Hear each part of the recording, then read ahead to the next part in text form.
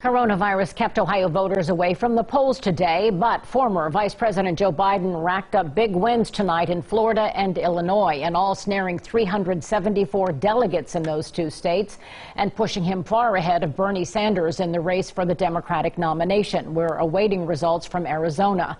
But here in Ohio, two lawsuits were filed today in response to the state's order to close the polls because of the health crisis and set June 2nd as the new primary day. Well, this afternoon, State Representative Jason Stephens filed suit in Franklin County Common Pleas Court, arguing that only the legislature can set the date for an election, and the governor and Secretary of State overstepped their authority. And Ohio Democrats are asking the state Supreme Court to order that the primary election must be held, but with mail-in voting only, and a deadline for that in April, not June 2nd. We talked today with Ohio Democratic Party Chairman David Pepper and the Secretary of State, Frank LaRose. Governor DeWine is doing a great job, but this was a last-second plan for June 2nd.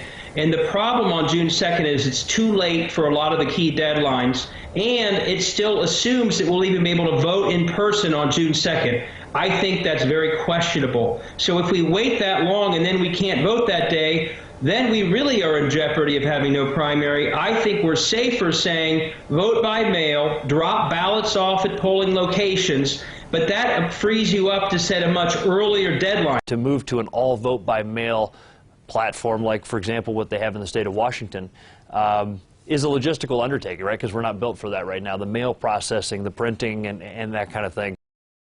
And LaRose says there are thousands of ballot combinations that would have to be printed for millions of Ohioans.